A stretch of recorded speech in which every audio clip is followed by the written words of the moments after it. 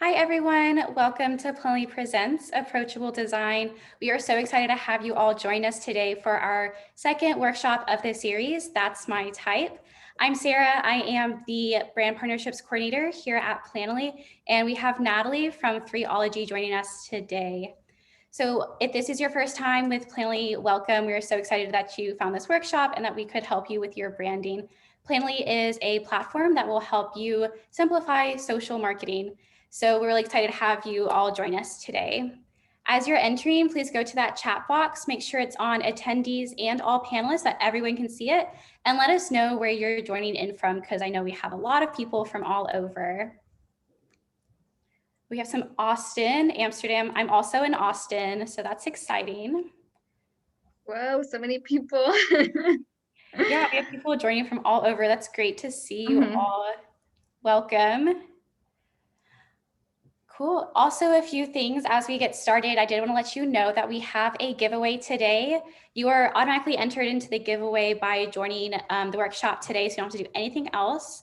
Unfortunately, it is only open to US residents, but we thank everyone else for joining as well. So in this giveaway, you are entered to win, one person will win a year of Planoly, a year of Stories Edit, and then a spot to Natalie's workshop, Selling Online, a Guide to E-commerce.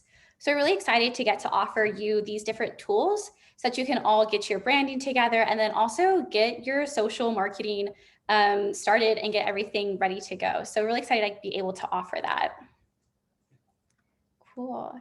Also, today by joining, we have given you all 100% off your first month of Planoly. So again, we have the code that will be going into the chat box soon, so make sure to keep an eye out for that. But if you do miss it, it'll be in the email tomorrow. Also, we are recording this workshop. So if you do have to log off a little bit early, don't worry, we will be sending you that recording afterwards. Awesome. Well, we are ready to get started. So Natalie, if you want to kick it off, and Okay. awesome. And if there are any questions during the workshop, make sure to go to that Q&A box and ask any questions, and we will have some time at the end to go through it. So thanks everyone, and Natalie, go ahead. Hi, everybody. I'm so excited. I'm seeing everybody like comment and say where they're from. So hi, I'm from I'm from LA, but Pasadena area. I'm going to start sharing my screen really quick.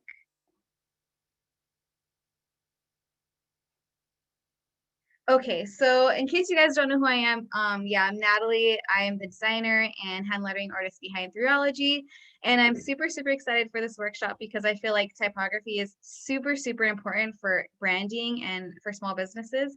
So let's jump right into it, into typography and why it's important for your brand and how to incorporate it into your brand. So right off the bat, like what is typography? So if you look online, there's so many definitions and really, really wordy definitions. I found this one on Britannica Online, and it said that typography is the design or selection of letter forms to be organized into words and sentences to be disposed in blocks of type as printing upon a page. So I felt like, okay, this is super wordy, like it's kind of unclear. So I went ahead and just wrote it down in simpler terms for you guys, just so it's more clear. So essentially, typography is the design of letters in digital and printed mediums and how those letters are combined to form words and sentences. So just like the words on this page, this is a typeface that was designed to look a certain way, especially the way this looks right now. And then, so just a quick type breakdown. I wasn't going to include this slide, but I thought it was important because I feel like probably a lot of you have seen this graphic before. So whenever you're seeing this graphic, it mostly pertains to type designers. So type designers are thinking of all of these terms when it comes to designing a typeface. So there's all these little things that come with creating a specific letter. You might know tail. Tail is one of the most, I would say the most popular one, because why a lot of people want like really accentuated Y's, and that tail can be accentuated and you could use a flourish and create a flourish with the Y. So whenever you're seeing this, it just pertains to the design of letters. So font categories to remember. So when it comes to fonts, I want you to remember these 3 font categories. So the first one is a serif font. So a serif font are typefaces that have little strokes on the ends of the letters. So you'll see this one has these little strokes on the end. So this is known as a serif font, and these little strokes are known as serifs. And then the second one is a sans serif font. So a sans serif font, these are typefaces that have no strokes at the end of the letters. And you'll see on this font, there's no strokes. So this would be considered a sans serif font. And sans actually comes from an old French word meaning without. So you can think of this as without a serif. So without those little strokes at the end. And the last one I want you to remember is a script font. So these are typefaces that are fluid and they consist of connected letters, often referred to as cursive or calligraphy. I love script fonts. I wouldn't say they're the best for choosing for like a main font for branding, but I love script fonts. So let's talk about why it's important. So, you're a small business. Why is typography important for your brand? So the first one is brand recognition. So type can help your customers easily recognize your brand. So if they're a fan of your brand and they see your stuff, they will stop and look. So this happens to me all the time. I have a very specific design, and so a lot of people will message me or tag me in a post and say like, hey, like I knew this was you. Because of that, I have a very consistent image and very consistent branding. So people can always easily recognize Threeologie. So another thing why it's important is cohesiveness. So sticking to type guidelines can differentiate you from your competitors and leave a good impression on potential customers. So this is super, super important. I see a lot of businesses out there, a lot of brands out there that are not sticking to cohesive design principles, and typography is just one of those elements. So make sure you're sticking to the typefaces that you've chosen for your brand and always utilizing those cohesively and consistently. So that can mean the difference between somebody choosing your brand versus a different one. So first impressions are always important. I always say that. So think of like typography as the first impression for your brand. These are customers and clients that might be interested in working with you. So make sure sticking to cohesiveness, especially with type. A second thing why it's important is clear messaging. So as a small business, your main goal is to make a profit. So you want to make money.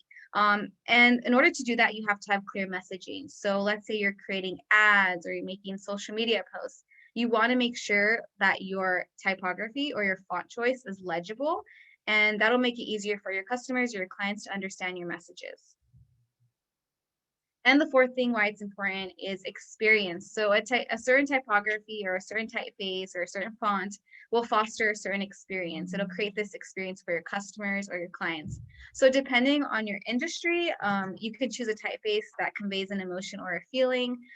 For me, I like to make my font choice more simple whenever I'm trying to teach something. So you'll see that here it's more simplistic in contrast to like my lettering. So let's talk about free or paid fonts. So there's two ways you could go about this. You can buy a font or you can access a free font online.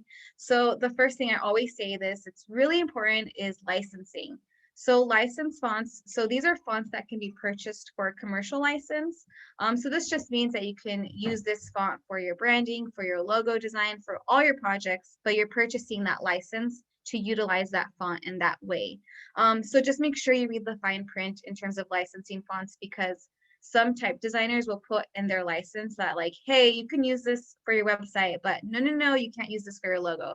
So make sure you pay attention to the licensing fine print. But for the most part, whenever you're licensing a font, you can utilize it however you want.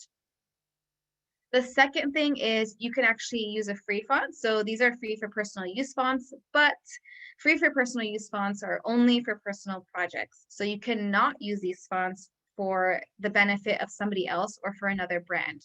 So let's say, for example, you're a graphic designer and you want to create this beautiful poster using this cute font. If you use that font and it's only free for personal use, you can get in a lot of trouble. So make sure that you read the fine print and make sure that you can use that font for a project. And the last one are custom fonts. So custom fonts are just fonts that you can pay a company or somebody to create for you and design for you. But this route can be quite expensive. These fonts can start around $10,000 just to start designing a font for you. So I actually worked with The Infatuation. I'm not sure if anyone's heard of them, but they're like this huge branding blog. And they actually had their like main typeface designed and custom made. And I know I went and checked out the company that they reached out to create that font for them, and it was around like 10K just to start creating a custom typeface. So yeah, you can definitely go down that route and have somebody design your own typeface, but I find that it is quite expensive, and it could take a little bit longer because you kind of have to really define what you want in a typeface, and once you pay that money, it's paid. So where to select a font. So the first one is Google Fonts. Google Fonts is essentially just a free catalog of open source designer web fonts, and they're completely free to use.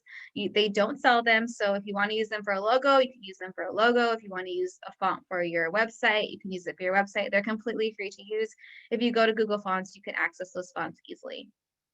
The second one is Adobe Typekit. So I love Adobe Typekit. So Adobe Typekit is a subscription to a library of fonts available for personal and commercial use.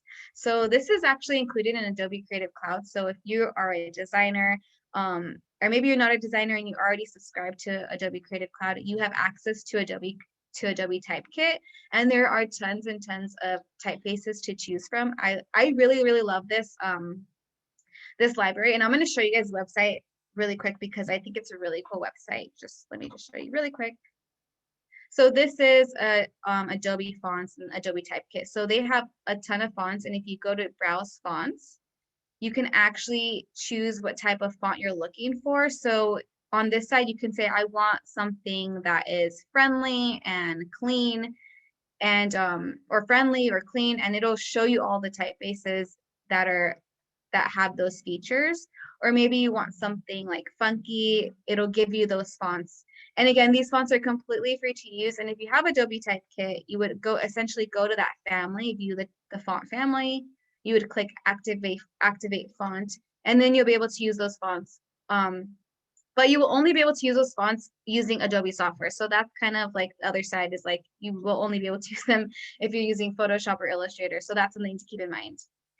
And let me go back to the slide. Okay, so then the third one is 1001 free fonts. So 1001 in free fonts it's just a library of fonts that you could purchase or use for free for personal use. Again, like just check that little license in the corner, make sure that you can actually use that font.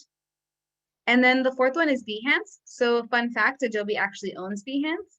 And Behance is just a platform where designers showcase their work, and you can find a ton of fonts, free or ones that you can pay for on Behance. And I'm going to show you Behance as well because I actually really like Behance for finding typefaces, because there's some really, really talented type designers out there, and you can find them here. So this is Behance, and if I go to the search bar and I search type font, you'll see that what pops up are like tons and tons of like beautiful, beautiful fonts. I think like these are amazing fonts. You'll see like this one says free luxury serif font. But again, like just make sure that you can access and actually use that font, because it might just be free for personal use. And then if you like kind of scroll down, they normally tell you like what that means, free. So you'll see here, free for personal use.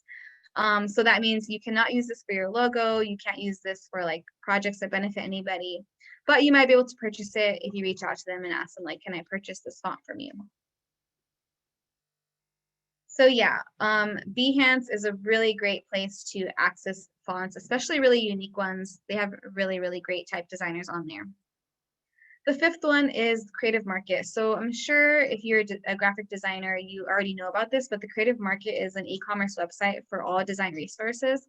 There is a ton of material on that e-commerce website, but there's also typefaces and type and fonts that you can purchase. And they always show like the license on the side of the screen, and they show you like, okay, this font is available for this license, and this is what that entails. So again, pay attention to the license. And lastly, another website that I use is DaFont, and it's just a library of fonts. You can go on and you can find fonts and you can buy them or you can use them. Again, just make sure to look at the license. Just make sure, is it free to use for personal use or is it free for commercial use? That is super, super important. So before selecting a font, So before you select a font for your brand, I want you to ask yourself these questions. So what type of emotion or feeling do you want your typeface to evoke? Do you want somebody to feel really excited when they see your typeface? Do you want them to feel really calm? Like, think about those questions. Like, well, how do you want them to feel? Secondly, how will the typeface or the font be utilized? So will you be using this type in workbooks? Will you be using it in social media, in packaging, in a logo? That's super important because that is really going to help you define or select a certain font. The third thing is, does your typeface need to be legible in different sizes? So that's really important because I've seen a lot of people select a font that maybe looks really great, really big on a billboard, but as soon as they put it into a paragraph, you can't read it. So just make sure that you select a typeface that's legible in all sizes. And especially if you're going to select a typeface that's mainly used for paragraph text, make sure that it's legible. And then the fourth thing is, do I need a typeface that is supported in multiple languages? So I know this is really important, especially because I see that there's a lot of people from all over the world on this workshop. This is really important. A lot of typefaces will tell you like, hey, these are the languages supported. For me in particular, I have a big Spanish speaking following. So some of my content that I create is in Spanish. So I had to make sure that my font could support the Spanish language. So just make sure that if you are using a different language or you need multiple languages, make sure that your font choice supports those languages. And then the last thing, what style do I want for my typeface? So this is more broad, but think about overall, like, how do you want your typeface to look? What do you want the overall feeling to have whenever people are going onto your website or they're going onto your social media page? What is the overall look you want for your brand? So just some basic principles to stick to, some basic tips that I really recommend for anyone that's trying to figure out font choice for their brand. The first thing is make sure it's legible. So make sure, I can't like emphasize this enough, make sure the font choice you have is legible. You don't want to try to send a message out to your customers and clients and they can't even read it. So make sure it's legible. The second thing is avoid using too many similar fonts if you're going to select more than one font.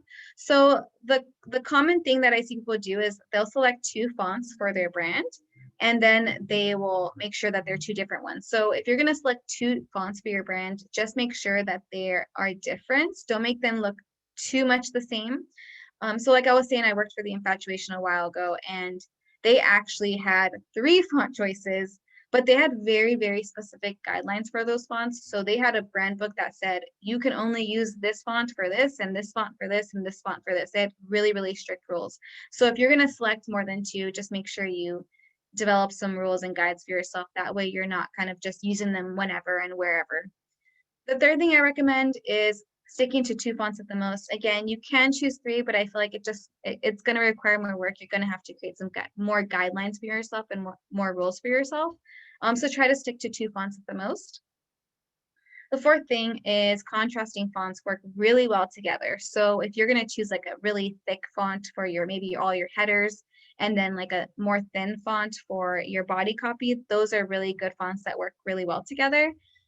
And then lastly, let's say you're like, okay, I don't want to do all this work to try to figure out what fonts work well together. Like easy selection is combining a serif with a sans serif font. You can't really go wrong with that. So if you choose a font that's a serif and a sans serif, that's a really good combination. So let's dive a little deeper. So again, like I was talking about legibility, this is an example of like legibility and how things will look. Obviously, which one looks more legible? So the bottom one. This is something that can give a clearer message to your clients, your customers. If this said, hey, grab 50% off, I would not be able to read that. It's just harder to read. So just make sure you pay attention to that. And then similar fonts. So like I was saying, don't choose 2 similar fonts. There's no contrast here. There's no, guidance for me on what to read first. It all just kind of looks mixed together. You want to make sure you have 2 distinctly different fonts. And then contrast is best. So like I was saying, it's easy to just pick like a more bold font with like a thinner font. So that's a really good combination, combining those 2 fonts. So contrast is best. And again, like I was saying, if you just don't want to do all the work to try to find out what's like the best fonts that work together, Combining a serif and a sans serif font work really well together. So this is a serif font and this is a sans serif font. Okay, so when selecting a font, these are the things to consider. So the first one is, again, like serif or sans serif. Will you be selecting a serif font or a sans serif font, or maybe both? And maybe you might even consider selecting a script font, but those are also harder to read. Secondly, are you going to pay for a font? Or are you going to find a free font? Or are you going to get one custom made? So decide, like, okay, do I want to find a free one or do I want to pay for one? That will help you narrow down, like, figuring out your font choice. And then the third thing is multiple weights. So multiple weights are super important. So multiple weights essentially is just a font that provides that specific typeface in different weights. So like there's a really thick version, there's a semi-thick version, then there's a thin, super bold, medium bold. So different weight options are really important, especially if you want more flexibility.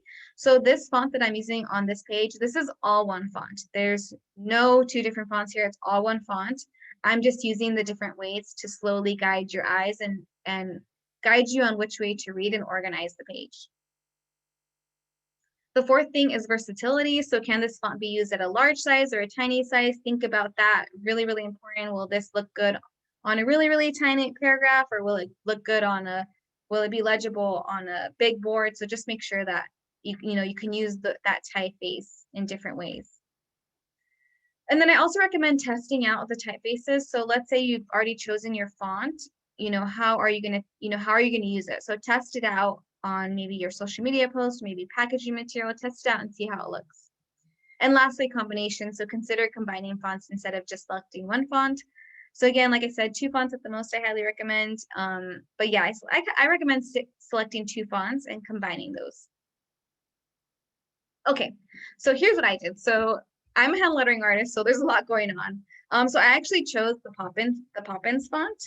And I chose the Poppins font for all of my branding. So you're gonna see Poppins on YouTube, on social media, on Instagram, on TikTok, everywhere I use the Poppins font. So the reason why I eventually chose Poppins was because it was a free font, free for commercial use, so I can use it anywhere. I didn't have to worry about licensing. It was completely free. And this font, you can find it on Google Fonts and Adobe Typekit. The second thing is it was a sans serif font. So it was a really great contrast for lettering. So with my lettering can be really ornate and really detailed and really over the top. So I wanted a font that was more calm and simple and just kind of straight to the point. I didn't want anything that was clashing with my lettering. And then the great thing about Poppins is it has 10 weights, which I love that because it makes it just more flexible to use and organize my pages and my designs. And again, it combines great with hand lettering.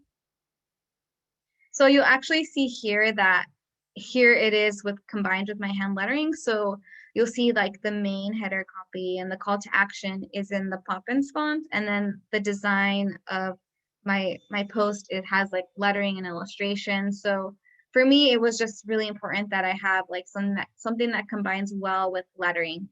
And again, like because I stick to these guidelines with like my type and my lettering and my colors and overall my branding, like people automatically recognize when it's Threeologie. So just again, like it's super important. Like you will have people coming back and just kind of, stopping to take a second look if they know that that's your brand.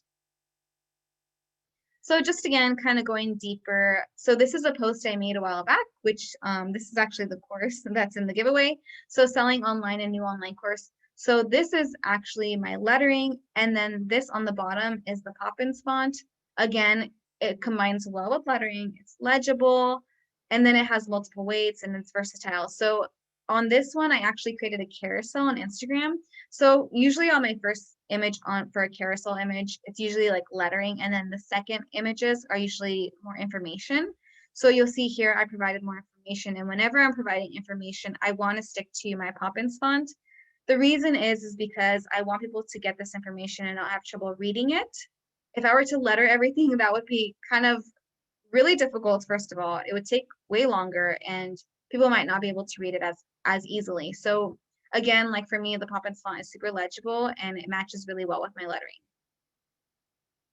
So font hierarchy. So now that let's say you've chosen your font, we need to establish font hierarchy. So font hierarchy is essentially organizing typography in a direction that establishes an order of importance for your readers. So this is how you're going to tell your readers, this is the way you should be reading this text. So I have two different examples here. This one on the left, there is a bold sale and then 50% off site wide. And then this week, grab 50% off my most popular items with code 123.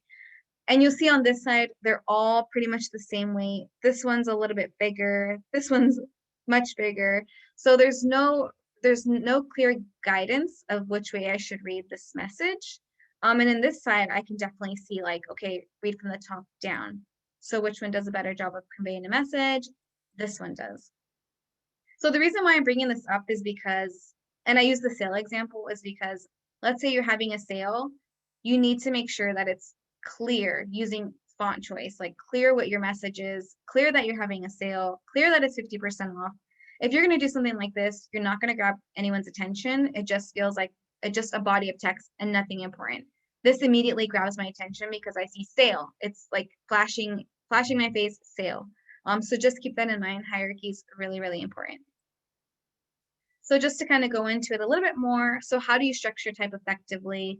So these are so essentially like a guide your readers by using these different methods to help organize your message. So these are different ways that I organize my type. So the first one is size. So you can use size to guide your readers on what to read first. So for example, this slide, you'll see that font hierarchy is obviously the biggest piece of text here. So I'm asking you to read this from the top down. The second thing is weight.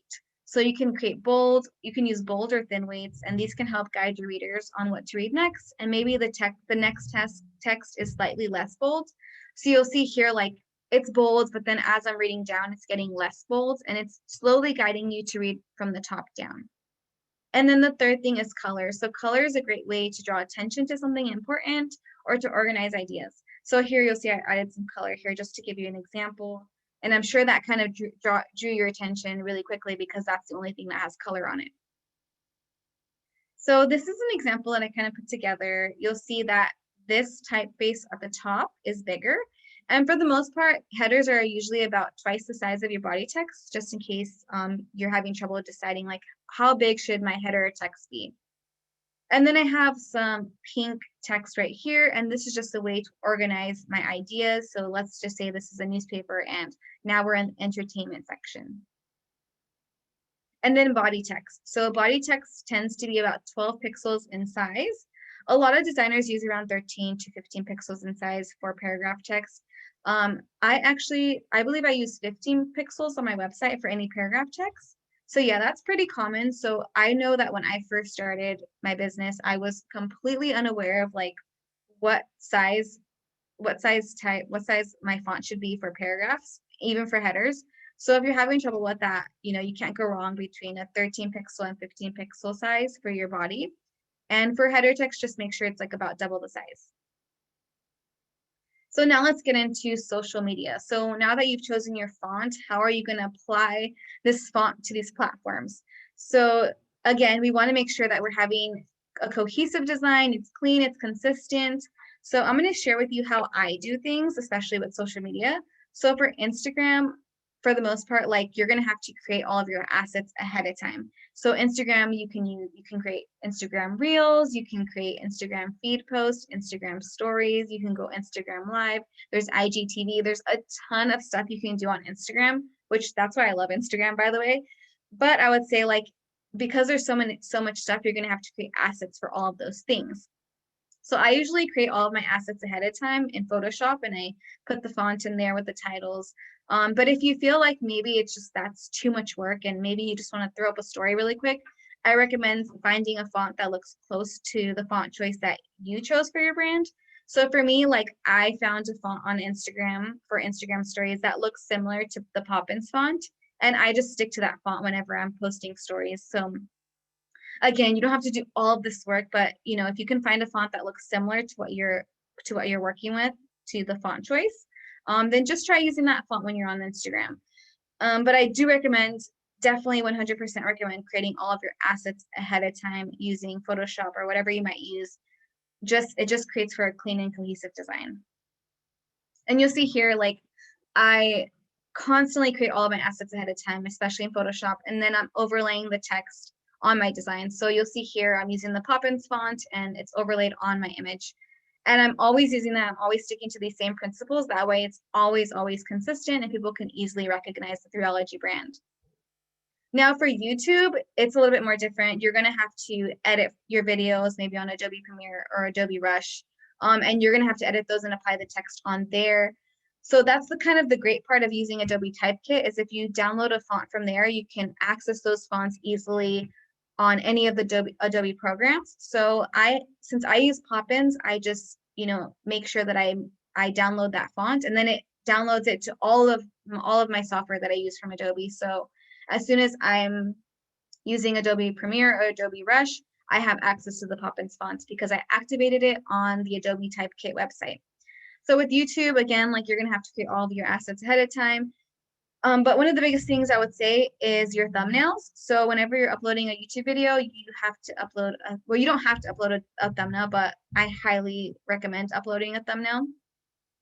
And these thumbnails will have your title, and you want to make sure that whatever title you have and whatever imagery you're using, stick to the font that you've chosen. And then TikTok. So TikTok is another thing. I just started using TikTok, so I'm kind of barely getting the hang of it.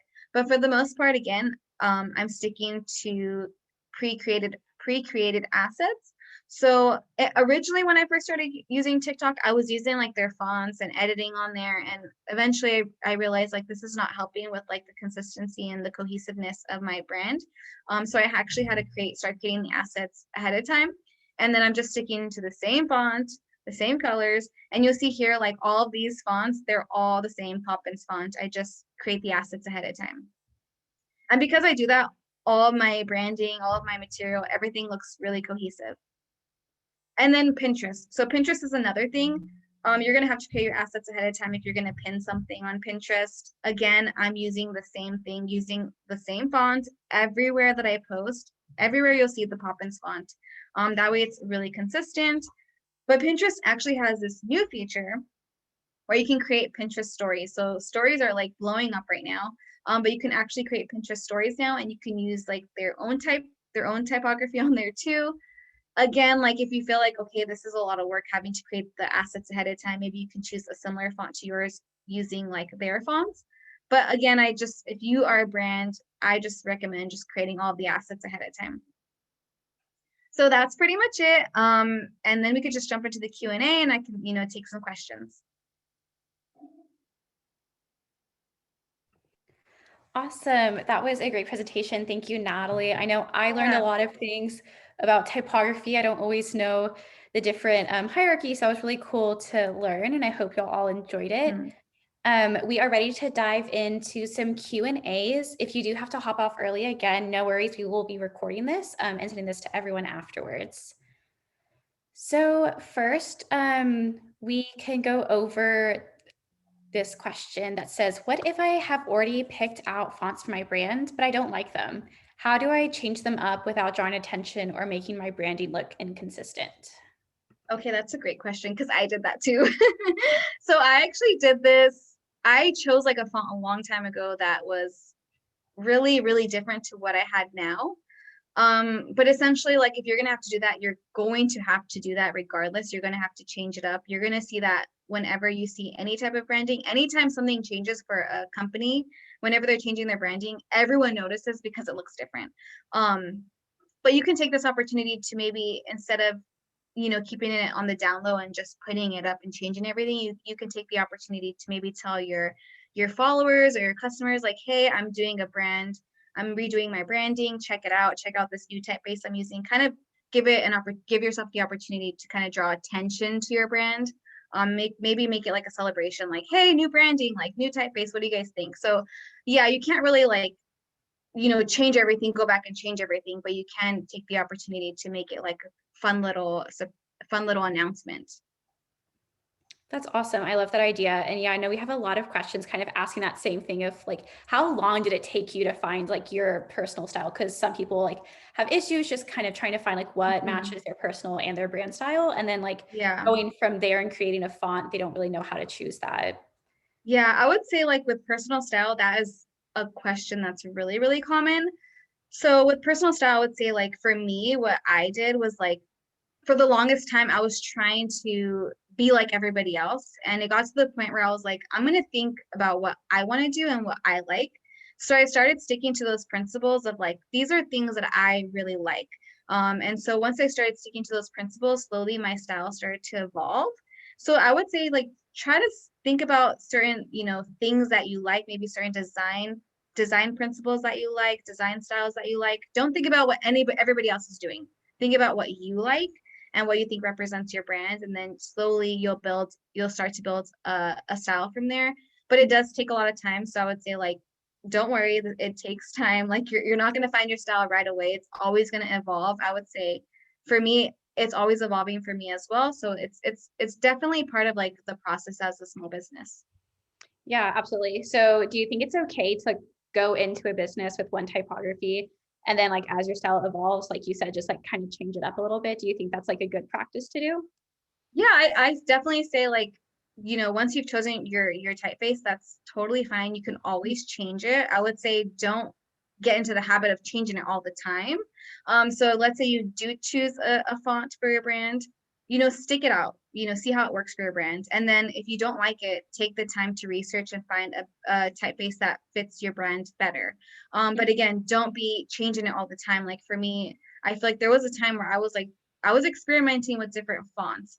But eventually I was like, okay, this is the font that I'm going to stick to. And enough of like, I would just think too much about typefaces. Also because I love typefaces, so I want to use them all. But eventually I was like, okay, I'm just going to stick to one. So just kind of give yourself like a deadline. I'm only going to stick to this font. I'm going to test out some, but again, like I said, I think you should kind of test out fonts that you like and see how those work into your designs. Awesome. Well, I know we also talked a lot about kind of being consistent with fonts across all of the formats of like TikTok, Instagram, all of those different things.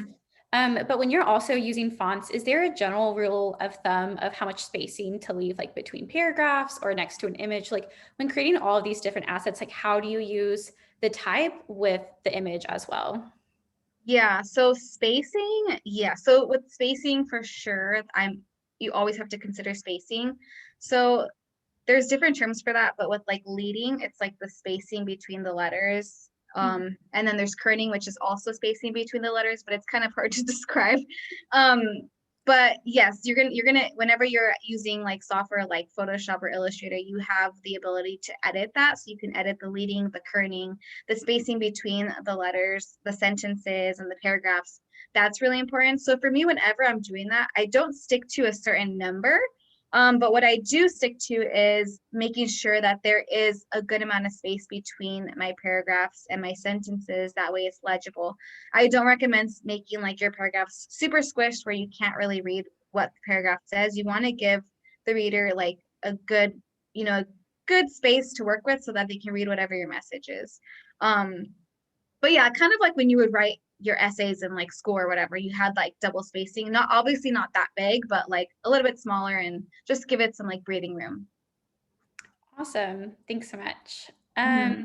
So we have another question that's kind of about brand. So when you're Okay. collaborating with another brand, is there any compromise you need to do with accommodations, or is there something that you should like really be focused on, or like what can you be flexible about? So like you want to keep your own branding, but you're working with someone else. How do you go about that? So it really depends on the project. Mhm. So yeah, it really depends on the project. If they want you to post or share things on your social media or your website, obviously you're going to want to say these are my brand guidelines, which I feel like you really should stick to. Like you shouldn't just change your branding for somebody else. Um, so it really depends on the project. What I've done in the past, like for example, like when I worked with like Disney, I didn't post anything because it didn't match any of my branding. And so I just kind of decided I'm not going to post that stuff. But then there's some brands that are like, hey, I want you to do this post for me, or I want you to maybe an advertisement. I tell them like, hey, this is what I can do for you. Mhm. You know, I'm going to use this font, I'm going to use these colors because this fits with my brand well. But I will also like convey a really good message and create a really good look and shot for your brand, for your material and your brand as well. But what a lot of brands do is they usually, whoever's like, so what a lot of brands do, from what I've seen, like when I worked with in graphic design with the Infatuation, what they would do is like they would always include both logos into like the material. Usually just sticking to like a black or a white logo. Whenever you're adding color, it just collides. So always try to just include both logos whenever you're like creating material. But I would say like just try to stick to your branding. Always coordinate with the other brand, and just kind of, if they're going to be posting on their social media, let them have the freedom to use their own branding. But if you're going to be posting on yours, I really highly recommend just kind of saying like, these are my brand guidelines. Yeah, absolutely. Those are great points. And I know that's a lot of what we do as well. We always just ask that our name looks a certain way. We have our logo so that people Yeah. know it's us. Yeah. But then we do like want to respect your design as well and want it to go along with your feed. So Yeah. that's Yeah. great tips. Mm-hmm. Awesome. So we have some questions about logos and typefaces as well. So Okay. should you try to pick fonts to match your logo if you have your logo already made, or is it okay to have your logo be one style and then still have your two other types of text? So, okay. So for logos, I would say like whenever you're going to pick a font that coordinates well with your logo, just make sure that like it's not like taking all the spotlight out of your logo. It should be something more subtle. So whenever you're picking like a font choice to go well with the logo, just make sure it's not outshining your logo. I know that there's some fonts out there that are like super extravagant and really, really, really nice logos. But if you do choose a logo like that, you might take away the attention that your logo deserves. So definitely try to stick to something more simple. Again, depending on what your logo looks like, because I don't know what everybody's logo looks like. For mine, it's like this big calligraphy Threeologie. So for me, I wanted something that contrasted that. So all of my typeface is like the Poppins, really simple stuff, simple typography.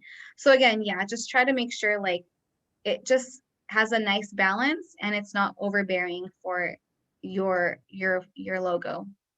Yeah, absolutely. Mm-hmm. Well, we do have over 50 questions, so thank you so much for all of your. Yeah. We unfortunately don't have time for everything, so I'll be going into the last question, but thanks so much Okay. for everything. So one last question that I'll ask today. So what are some examples of brands that you see are utilizing and pairing fonts really well? Do you have a favorite brand that you think Mm-hmm. is doing it great that people could kind of look at to get some ideas of how to do their branding?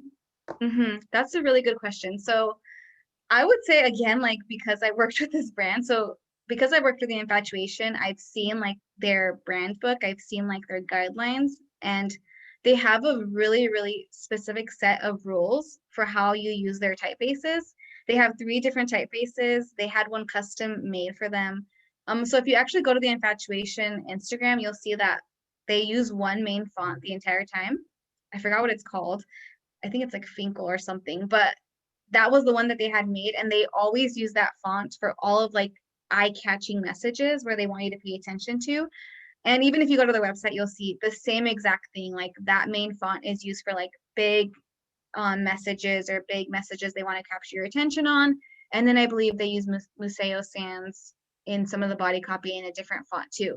So they do a really, really great job, but they have designers on there. Like one of the designers used to work for Apple. He was like a product designer for Apple. So they have a really, really good team on their hands that help them really create a nice cohesive design. So I would say if you want a really good example, I'll definitely go check out the Infatuation, their website, and their Instagram.